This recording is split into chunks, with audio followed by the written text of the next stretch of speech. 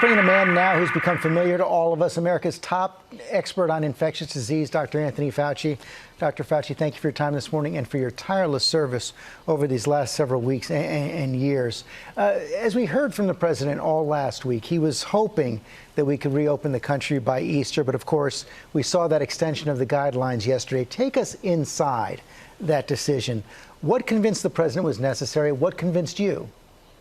Well, it was clear, George, that the dynamics of the outbreak, what was going on in cities like New York City and Westchester and New Orleans and others, was clearly still on an uptick.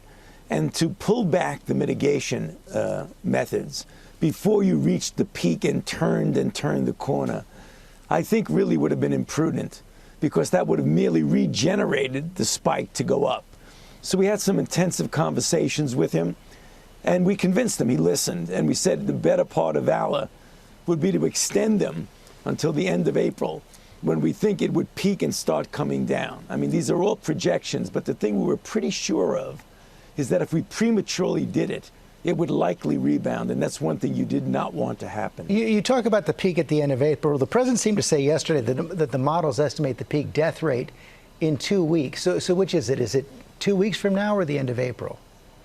Well, what he was saying, that the number of deaths would probably peak by a certain point, but you still get a number of cases that go up, which will ultimately lead to less death rates, because the cases anticipate the death rates. What he was saying, that we had such a surge earlier that within 2 weeks you're going to have a peak in the death rates.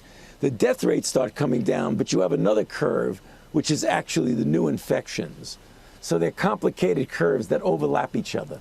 And the death rate numbers are pretty stunning. I mean, 100 to 200,000 lives could be lost. Are you all estimating that even if these guidelines are extended? Yeah, I mean, even if these guidelines are extended, we will lose more people. Exactly how many more we would lose is uncertain, depending upon the efficiency of the mitigation methods. But clearly, what you saw yesterday and the day before, that within 1 day, we doubled the number of deaths. I mean, it was just really very, very sobering. It is sobering. Of course, all of us here in New York are dealing with it. New York has been described as the epicenter of this virus here in the United States right now. What other areas are concerning you right now? Well, certainly New Orleans, George, is in that area where it's worrisome, because the spike and the peak and the dynamics of that curve are starting to resemble a bit of New York. It's a smaller city, obviously, so they can't be totally comparable. But the dynamics of the outbreak in New Orleans are worrisome. We're also worried about Detroit. Detroit is starting to show some signs that they're going to take off. LA we worry about. Even though they had an early start, they calmed down a little. It looks like that they may have the opportunity and the misfortune of spiking up. And if you look throughout the country, there are a number of smaller cities that are sort of percolating along, a couple of hundred cases. The slope doesn't look like it's going up. But what we've learned from painful experience with this outbreak is that it goes along almost on a straight line. Then you have a little acceleration, then it goes way, way up. So we've seen that in New York. Our European colleagues have seen it in Italy and in France and in Germany and in Spain. And it's a rather consistent pattern. It looks like it's low level, it starts to accelerate, and then it really goes up. That's the thing we really got to be careful of. Well, we're going to have all of these little mini outbreaks throughout various cities in our country. Given that spread, I mean, the president said he hopes to have the United States well on our way to recovery by June 1st. Would that take extending these guidelines beyond the end of April? You know, I think April might do it, George, but we kept an open mind. When we presented it to the president, we said 30 days is a solid. I think we should do it. 15 days was too little.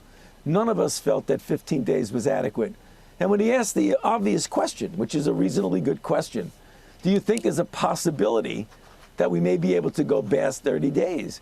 We said we didn't think so, but there's always that possibility depending upon the efficiency and the effectiveness of the mitigation methods. Finally, sir, what's your best hope right now for getting treatments on the market as quickly as possible and a possible vaccine? Well, we have a couple of clinical trials that are accruing now over 200 patients with one drug called remdesivir. A couple of other drugs are being tested and some in early stages of development. I would think by early summer, late spring, we will get a signal in one of those drugs to see whether it works or not. And if it does, we'll widely distribute it. And if it doesn't, we'll just get it off the shelf, get it off the table because it won't be usable. But we have the opportunity to prove one or more of them are actually working, and that's going to be a matter of a couple of months. Vaccine, a little bit different, George. We're in a phase 1 trial. We went into it as quickly as we possibly could, the fastest ever, but still the process at rocket speed takes about a year to a year and a half. So if we cycle with this outbreak and it comes back next fall and winter, we might have the early components of a vaccine ready to counter that outbreak, likely next winter. Dr. Fauci, thank you for your time this morning. Good to be with you, George.